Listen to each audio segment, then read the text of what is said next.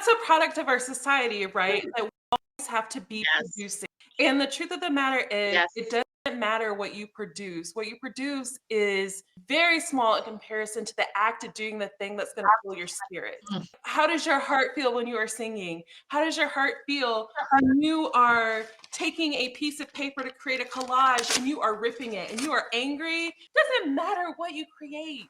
That product, that end goal, it doesn't matter because that's not the work and that's not what is important.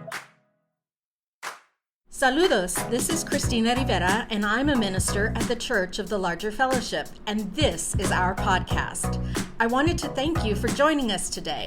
I hope this inspires you, hope it builds your faith, and hope it gives you perspective to experience the power of Unitarian Universalism at work in your life. Enjoy the message. Wepa! Hello, welcome to this week's episode of Voices of Unitarian Universalism, also known as the VUU. I am Aisha Hauser. My pronouns are she and her, and I come to you from Seattle, Washington. I'm Cristina Rivera, she, her pronouns. I'm coming to you from beautiful Central Virginia. Greetings, beloved. This is Michael Tino coming to you from Peekskill, New York. DC just dropped off. DC is on a train hurtling towards New Orleans, and hopefully he'll be back. Well, until DC is back, I'm going to introduce one of my very favorite people. I have a lot of favorite people on the show today, everybody. And behind the chalice is Tanner. So thank you for your producing skills. Our guest today is one of our learning fellows, JeKaren Olaoya. She is a lifelong UU poet, writer, mixed media artist, and chaplain to religious professionals. Sure are. She serves the UUA Board of Trustees, the Unitarian Universalist Association Board of Trustees, and has a Master's of Divinity with chaplaincy concentration from Star King School for the Ministry. As an earth-based African spiritualities practitioner with foundations in Christianity, can't wait to learn more about that. She draws from the guidance of her ancestors and spiritual care. Amen and ashe. Welcome, JeKaren. We are going to have you on for the whole show, starting with Roundup, UU, and the world and otherwise. So let's jump in there. Welcome, JeKaren. So great to be with you today. Oh, I love it. My favorite people in one place. And where are you coming to us from, JeKaren? So I am in Macon, Georgia, which is about an hour and a half south of Atlanta. Excellent. And it looks like from the train, DC is back. DC, hello. I'm glad to be here. What are we doing? What are we talking about? The five of us are going to do UU Roundup, World Roundup. There was an election. The world's a clusterfuck. And we are loving being together in community because Yes. joy is an act of resistance. And we need to fill our own cups in order to navigate the clusterfuck that is the modern world. So with that, Side with Love on Monday hosted I'm going to have to look up the name, a program that had many guests from Palestine, Israel, people in the United States who are American Jews, Muslims, about how to talk about what's going on in the Middle East. And it was, I found, very, very powerful. I didn't know what to expect. And it was Unitarian Universalist Association staff that hosted it. And some people thought it wasn't balanced. And here's what I'll say to that. There is a clear genocide happening, and clearly one side, the government of the state of Israel, has a lot of power and weapons and is utilizing it to crush another group of people. So I'm not sure what other side was supposed to be presented. I have been in the past couple of weeks in conversations about what's going on in the Middle East, where I literally long for the days where people were pissed about the words white supremacy. I'm like, can we go back to just talking about racism? Because that was easy. And it's not even that I'm uncomfortable at all. It's that I don't even know where to go. That's why I'm so happy JeKaren's on here, because what I start saying is, let's talk about humanity. Let's talk about pain. Let's talk about trauma. Because the issues are so deeply embodied in people that there's not even a starting point, it feels like. And I think to expect balance when there is clearly a power imbalance, that in itself is impossible, right? When there's such a clear power imbalance being acted out, to expect some kind of nuanced or balanced reporting of that or witnessing of that is just not possible. And there's one of the memes going around right now that was like, to expect colonizers to call out other colonizers is probably not something that's going to happen. Like, that's not going to be the easiest work for us to do. And yet we are still called to do that work, right? If we have a hard time even identifying ourselves in the ways in which we've been colonizers and or colonized, expecting us to do that and recognize that in others, I think that's one of the reasons why there's like such vehement about this, at least in the US, is that it brings up all of those same issues about how the majority of the white folks came to be in the United States in the first place. I literally couldn't say, hey, let's affirm that we need to stop genocide, but let's not make anti-Semitism worse. And that became like controversial. I'm like, damn. But JeKaren, I'm going to ask you, you do offer spiritual care to religious professionals, and what are some of the things that you think we can go to resource ourselves based on the beautiful work you do? Yeah, so I'll say this first. So I've been reading Repentance and Repair by Rabbi Danya Gutenberg, is yes. that it? Gutenberg did the thing with the Bible. So in it, she's talking about how after an atrocity has happened, we can't rush to erase it, to pretend like it didn't happen. We can't rush to try to like fix it and make things better. We have to feel what we're feeling. We have to go through this process of healing, and that requires us to like be in the moment to do the thing. And so, in thinking about resourcing, I think it's important now for people to start thinking about the the other side of this. Once we get to a place of peace, a place of ceasefire, a place of repair and healing, but we have to think about the fact that we're also going to be carrying anger, and we're going to be carrying hurt and pain and trauma in the process. And so we can't wait until we get to that end point to start thinking about what that looks like. So now is the time to think about, okay, what are my spiritual practices? What helps me to feel good? What kind of care do I need through all of this? And it's going to be especially important for religious professionals because we then have to turn around and help other people do that same work, right? So it's important for us to start now. A lot of my work is in retreats and workshops, getting people to use art as a means of spiritual practice, finding something that speaks to you. And we can't wait until we're in the midst of the trauma to develop that. We want it to be something that we can pick up when we need it, not look for it when we need it. And so I think that's something that a lot of people don't necessarily think about. They're just like, oh, like everything's on fire and I don't know what to do. And it can be everything's on fire and I really need to do art because that's going to keep me sane in the moment, right? That's the difference, I think. I think about trauma and I think about how people respond to trauma. And when people are in their trauma place, they're in their amygdala, which is like here, right? It's in the back of the brain. And when they're there, there's no possibility of rational conversation. And I think something that we're seeing right now in the world is that you've got two groups that are both in that amygdala place. We've got a Jewish population that was attempted to have been wiped off the map, and they've got generational trauma, which is biological, okay? And we've got the Palestinian people who are enduring an attempted genocide right now. And honestly, every Muslim person I know does not wish any Jewish person death and destruction. And every Jewish person I know does not wish Muslim people death and destruction. It's the governments of these two places that are having the screaming memes,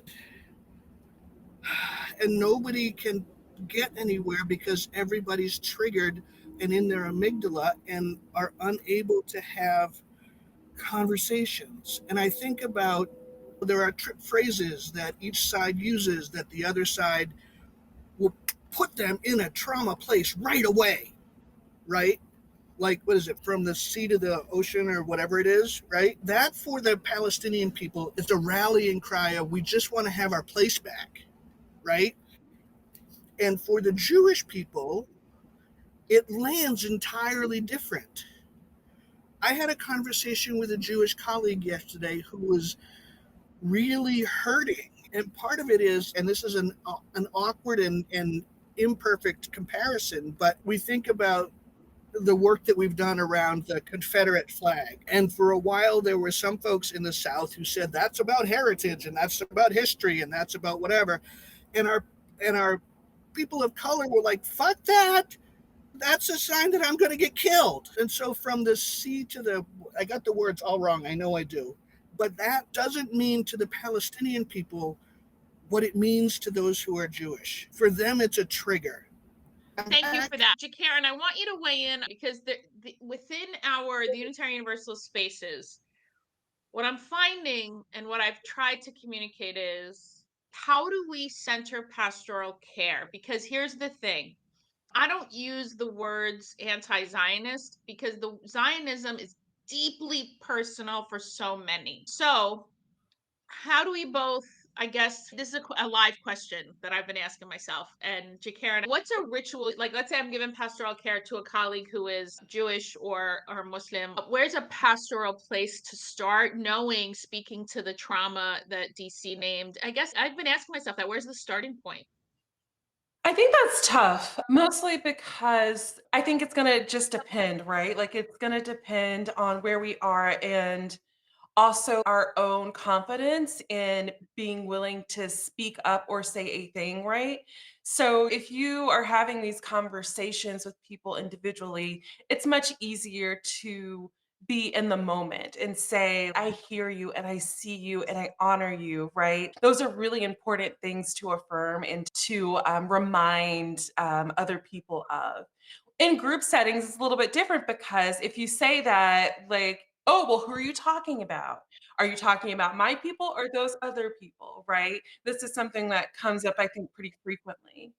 And so I think that an important part of the pastoral care that we do in groups is doing lots of framing. It's thinking about, okay, we're in this moment together. We're dealing with this together. We have these different viewpoints, these different trauma points, right? Like this is something we also deal with when two like neurospicy people are in the same space and their things kind of clash with each other, right? How do we deal with that? And so honoring the individual, honoring the person, keeping it out of this macro level and keeping it on a micro level, I think can make all the difference in these group pastoral care positions. And I suspect that's why Side with Love did so well in bringing people in who are directly affected and allowing them to talk about their experiences, right? And so it takes it out of this abstract, oh, we're gonna look at this as a whole and okay, I am a person, I'm an individual, and I need to know that my community is with me. And we as a community can be with a Jewish person, with a Muslim person, with all the people, right? Individually, collectively, right? But what we can't do is take that aerial view, that macro view, and put a blanket statement over all of it and think that everyone's going to feel that love and that care and that community support. It has to be, I say one to one, but really I mean like as a religious professional out to people, that message that you're putting out um, has to be something that touches that individual. It can't just be a blanket, this is a thing that's going to be okay for everyone. So when you say, okay, we're demanding a ceasefire, well, there are people that don't believe that, right? And so they're not going to feel hurt in that moment. But there might be something else you can say. You can say, we honor every single life that has been lost, and we pray that no more are lost, right? That's still saying the same thing. It's still saying ceasefire, stop killing each other, right? But but changing it to make it more personal, I think can make all the difference for something like that. I know you particularly bring art into that pastoral care. How do you help people figure out what art works for them? Because I can't draw to save my life, right? I can draw stick figures and like the little house with the little pitched roof, like we did, and like a tree and a sun. Those are the full complement of what I can draw. And so whenever I go into a situation where folks are like, oh, we're going to do art for the meditation, or I get almost frozen sometimes because I know that there's going to be other people that are going to just draw brilliant things and it's going to look gorgeous and everything.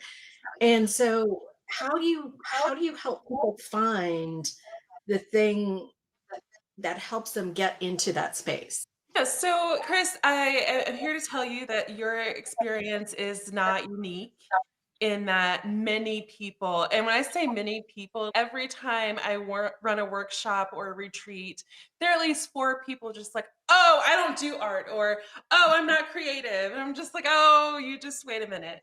Because one of the things that I really believe as someone who also does, I don't draw, y'all. Like, I am terrible at drawing, but I'm really good at other things.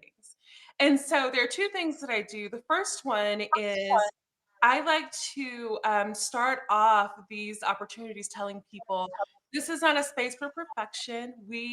There's no right way to do the thing. You just need to do it. It doesn't matter what it's look like. The art isn't the work. The art is just the medium. It's just the vehicle. You're driving, right? So you're the one that matters in this. And then the second thing is that I try to offer a variety of art activities. So I just did a retreat with one of the UUMA chapters. And so we did about 6 art activities for each day. So it was a 2-day retreat. So we did a total of 12 art projects, y'all. And every single one of them was a different form or a format. I love zines because all you need is one single sheet of paper and a pen, right? And you can make art and you get to do it in lots of different ways. But having that variety, someone's going to find something in that they connect with, and someone's going to find something they absolutely hate, right? Like on the feedback forum, someone was like, "Oh, I hated the scrolls." And I was just like, "Oh, that's so funny because last week someone told me that the scrolls are life-changing for them," right? And so having that variety, making sure that in these spaces that I create, that I have a wide variety of mediums available and also low cost, right? Like I want them to be accessible. Most all of the activities you can do with very minimum items. And if you want to get fancier, you can, right? Like if you want to buy the really nice color pencils, you can, or you can use the Crayola or the Dollar Tree, right? It doesn't matter because the product isn't the thing that's on the paper. The product is how you feel after you do it. After you get from here to here and then through your hands and do the thing, right? So that's the part that matters. That embodied part of creating art is where the work happens, not what's left over when you're done. That is super helpful. And thank you for the affirmation that other folks feel the same, because that definitely helps me. I always know when I go into a space that you're creating that I will be okay. And so that, that makes me feel better. And hopefully people will hear that message as well. I want to take this like specific and maybe try and connect it to something. In my experience as the son of an art teacher, Mm. a lot of people have been damaged Yeah. by people denigrating their abilities, right? Like you can make art. Yes. It might not look like a Van Gogh, right? But It it's shouldn't. art. And it shouldn't. Even better, JeKaren. It's just like people who are like, I can't sing. You can make a joyful noise. And it Mm. might not be in tune. Whatever. What even is that? I love music directors that are like, add the second harmony or the third harmony or the one that we haven't discovered yet, right? Like you're gonna sing something and it's gonna be a harmony. It might not be according to the Western music theory, whatever. But I mean, that's a product of our society, right? That we always have to be Yes. producing.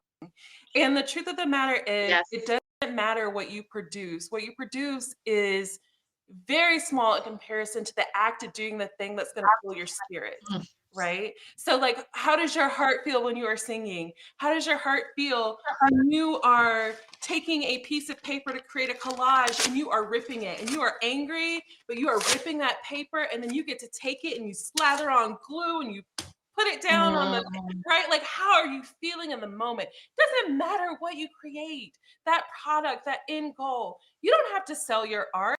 You don't have to, you can throw it away as soon as you create it. It doesn't matter because that's not the work and that's not what is important. But our society tells us perfection and product are the priority, and they are not. Like, I know, Chris, and maybe this is letting one of your deep dark secrets out of the bag here on the VU, that you love pretty pens. I know you love pretty pens. So maybe your process of art is how it feels to use your pretty pens. And it doesn't matter what art they are making on the paper. Yes. And that's what I learned from JeKaren. Like, I always had this obsession with pretty pens, and I always denied myself pretty pens because I didn't have anything to do with them. Like, I couldn't draw anything with them, and so why would I buy them, right? It didn't make any sense to me, this idea that I had to create something conventionally beautiful with them in order to deserve them. And now I know I can do whatever I want with the pretty pens, and I can use them on things that I throw away or that I write to other people or in place of whatever.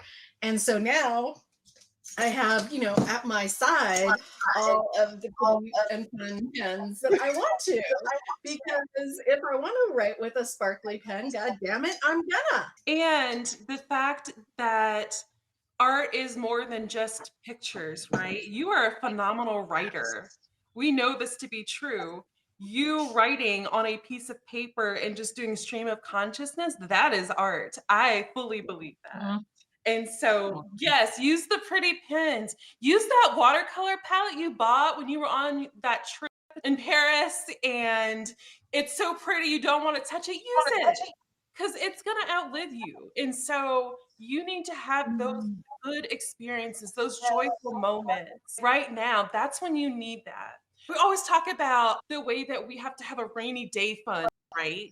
Like, you shouldn't have that for things that bring you joy. You need Say that. you need it now. And here we are in this moment where everything is on fire, right? And everything feels so big. How do we ground ourselves? Well, we ground ourselves by going and taking out that palette. I know there's a book in you. I know there's a book in you. Start writing down some ideas. That is art. That is part of the legacy of the book that you will create, right? Like, all of those things are so important, and we can't keep waiting for another time where things might be worse. Because here's the thing, they're going to get better because that's life, and they are going to get worse. But what's going to carry you from this hard moment to the next hard moment? And if the in between is nothing, you have nothing to move you forward. There's no joy to move you forward, to keep going. So what's going to get you to that next happy moment? And the process that you are naming takes us out of our minds and it is embodied. So when we're writing stream of consciousness or tearing a piece of paper or painting or expressing ourselves in ways other than trying to find a solution, because I think that's where my suffering and pain point comes in. What do I do? How do I fix this? How do I hold people? Rather than what am I feeling? What is happening right now to my body? What is coming up for me? And so being in the present. So that's what I appreciate about your work and what you're saying, and just letting go of the end result and asking ourselves questions, and whatever comes up, expressing that in a way that kind of takes away from the transaction. Even for myself, it's a transactional thing. Like, I need to find the answer, but how about I feel the pain that I'm feeling and the helplessness, and then get that all out in the ways that can bring joy. On the way to joy, move through the frustration and get it out of our bodies. Yes. And something you just said, so in that process of creating, that can be healing for someone else. So the book that I carry with me all the time is Spilling the Light by Reverend Julian. And I don't know what their process was. I don't know what they were feeling, but I'm telling you that when I am in a place where I need encouragement, I can pick up that book and I Mm, feel what they have written. And so mm, that process for them might have just been, I just need to get this out of my body, right, onto the paper. And then for me, as someone who is consuming what they produced, becomes, oh, this is a healing balm for me. My heart feels so much better spending just a moment reading 2 or 3 poems from this book. And that's what it is. It's not producing for the sake of producing, but for the sake of connection. How are we yes. connecting to other people in our pain, in our helplessness, in our struggle, but also our hope and our joy and our love and excitement and passion and Mm. all the things, right? And connecting to ourselves, right? Yes.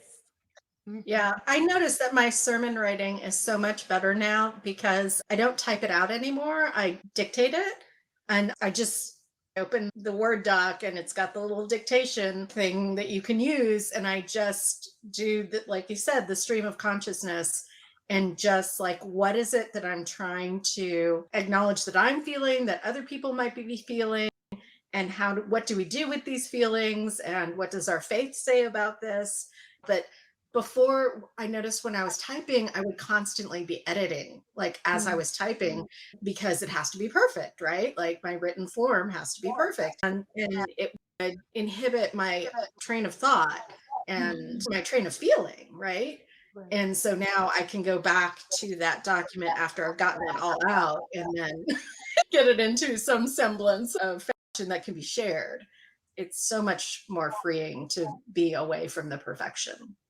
I am absolutely with you on the written word and the way that I was taught to write in a certain way. Like I've submitted manuscripts before and been asked which copy editor I hired because they didn't need editing, because that's the way I was taught to write.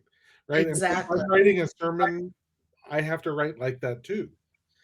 So my daughter is now 10 and a half. I reached a point when she was about 1 where she got sick and whatever. And my first duty was to take care of my sick child, which meant sermon writing went right out the window because she was miserable. Right. And I was exhausted because I was a parent of a baby. Right. And anyone who's ever parented knows that deep exhaustion. Who's ever witnessed parenting, anyone who's ever cared for another being knows that deep exhaustion. And so I wrote down some sketchy notes and I brought it to the pulpit. And I preached as if I were dictating a sermon to a computer, but it was like I said what I had to say. The whole congregation was sitting there the whole time. They were like hanging on every word. And afterwards, they're like, "Did you, like, take a preaching class while you were away?" They were like, "Wow. I don't know what you did this week, but that was the best sermon you've ever given." And, like, the content, Wow. not the best sermon I've ever given. And it But it just made them feel like it was. I was so present with them because I wasn't staring at these words. I wasn't wrapped up in the perfection of the words Right. that I had Yeah. created. I was present with them. And it wasn't perfect, but it was so present. So I will tell you that the last sermon I gave at CLF is this. And none of you can read this because it's in my arthritic handwriting. That was the last sermon I gave, and it was okay. You More have than okay. It really was more than okay. Well, Being modest. I'm fascinated by earth-based African spiritualities with foundations in Christianity. So it has not come up in our casual conversations, JeKaren. So now I get the opportunity to ask, what is that, and how does that live inside you, and how do you embody that? So, thank you for asking about this. I don't get to talk about it nearly as much as I would love to, but I will say that it is very present in the work that I do because I see myself grounded in earth-based practices. I talk to trees. When I need to ground myself, I walk barefoot in the grass. I give thanks to the trees and the wind. I have this really great story. I was at this wild basket weaving class at the height of the pandemic, and we were all outside, and it was a really hot day, and it was just kind of stagnant. And so I'm talking to these people who I don't know and don't know me. I'm like, God, I wish there was a little bit of wind. And I closed my eyes and I'm sitting there and I said, Spirit of the wind, we invite you in. Like something really silly and simple, right? And all of a sudden the wind started blowing. And they were all like, everyone stopped what they were doing. They were like, how did you do that? I love it. But I think more than anything, it's just this knowledge that our spirit is not separate from things that are inanimate, right? Like we're not separate from the trees, we're not separate from the bugs. Like that's all part of our spirit. We talk about our ancestors, the people, but that also includes that big old oak tree that died that had been there for 500 years or whatever, right? Like all of those things are part of who we are. So I find that kind of grounding works really well with Unitarian Universalism, in that I get to have kind of this relational piece that I bring with me that comes from my depth of connection to the earth. And so I was raised in a Christian household. I'm the fifth minister in my family. The other four are Christian in name and their ministries are there. And I can't erase that, even if my views are either in conflict or not necessarily perfectly aligned. It's still part of who I am. And so I always say that and carry that foundation with me. So I still get to celebrate Christmas, but also I'm more than likely on Christmas Day going to be in a space where I can go sit and listen and talk to the trees and think, reflect about what it means to be in community, in a family. I mean, we can get into the whole thing about like when Jesus's birthday actually was, but if we're just looking at this one particular thing, what would it have meant for that family to be together in that moment? And what would it have meant to have these visitors come from so far to give gifts and blessings, right? So it's important to think about all of those things. And it doesn't get to be separated. It forms the whole of who I am.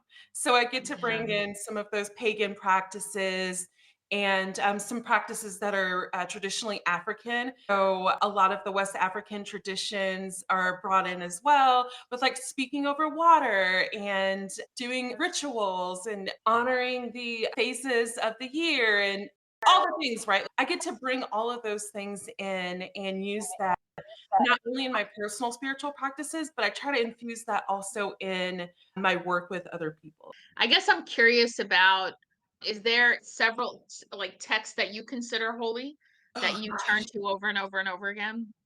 there are so many. That is not a short list. And let's see. The one I will say that I refer back to a lot is called Ancestor Medicine. It's a great book, especially if you're trying to explore what it means to have your ancestors present in your life as guides. They explore all of the things that you have to think about. Like they're your biological ancestors, but they're also spiritual ancestors, which is something that I recently preached about with the CLF. And they're also what we call like non-family. So they're people that aren't connected to you at all, but there's something about them. They're also mythical ancestors, right? Like people who view Greek gods or goddesses and view them as ancestors, right? So that book is one that I absolutely love. And then I'll say one more. I love a book called Boundaries by Pixie Lighthorse. Boundaries and Protection. That is one I go back to over and over again, especially because my work in community care, I feel like is very much tied to work in boundaries and helping people to understand boundaries. And so I have a blog where I just talk about what it means to like be boundaried and important things about boundaries. See, Lighthorse, she wrote another one that I also want to recommend, Gold Mining the Shadows. That's the one I go Yes. back along with Boundaries and Protection. Yes. They're incredibly connected. I will say another one that helped me formulate the wording around my spiritual practices, and it's called Jambalaya. That one is really great. It's magical personal charms and practical rituals. And Teshi is the name. And that one is really great just to see someone else's practice and figuring out what works for me and how I can adapt things that feel good for me in my spirit and align with my values of liberation and love. Yeah, I think those are ones that I go back to over and over and over again. Thank you. I was Googling when you were talking to find the ancestral book. Is it Ancestral Medicine Rituals for Personal and Family Healing by Daniel Four? Is that the right one? Yes, that's the one. Yeah, there are two books that were given to me in 1992 that I still go back to. They're both Zen Buddhist, and one is called That Which You Are Seeking is Causing You to Seek, and the other one is The Key, and the name of the key is Willingness. And those books I've gone back to the way I think a lot of people go back to their holy texts. I call them going back to basics. Literally, when I first picked them up and it was like, suffering is optional, and I'm like, fuck you. And I was like hating the Buddha. I'm like, this is all bullshit. And it took me a good 20 years of because then I would take a little nugget that made sense, treading lightly and slowly. But then now I'm going to be 53 in a little over a couple weeks, and I now understand way more what suffering is optional means. Like that pain, everybody experiences pain. How I continue to re-traumatize myself or live with that pain or not work through that pain is the suffering that I've given myself the charge to move through, especially as a faith leader. And I'm a trained therapist. I don't work in therapy anymore, but I engage in pastoral care and I take my work as a faith leader, I embody it. And so now I understand those books and they land much more, I understand them way more than I did when I first picked them up 30 years ago. Yeah. And Pixie Lighthorse, you and I were talking, I found Gold Mining the Shadows, and then you and I were talking and you turned me on to Boundaries and Protection. So now I've recommended that book to everybody. It is really, really good. Is there anything we haven't brought up, JeKaren, that you were hoping we would in this time together? I don't think so. I think this has been really good for me in thinking about and talking about some of the fears we have around what it means to move through these kind of spaces with the intention of creating a spiritual practice. I will say that just a little promo. So right now, I'm taking a little bit of a holiday break. And so starting in the new year, I'll have space to offer workshops and retreats. But if you are interested in engaging in conversation, reading about boundaries, I have a blog. It's called Holy Limits and Hallelujahs. And it's on Substack.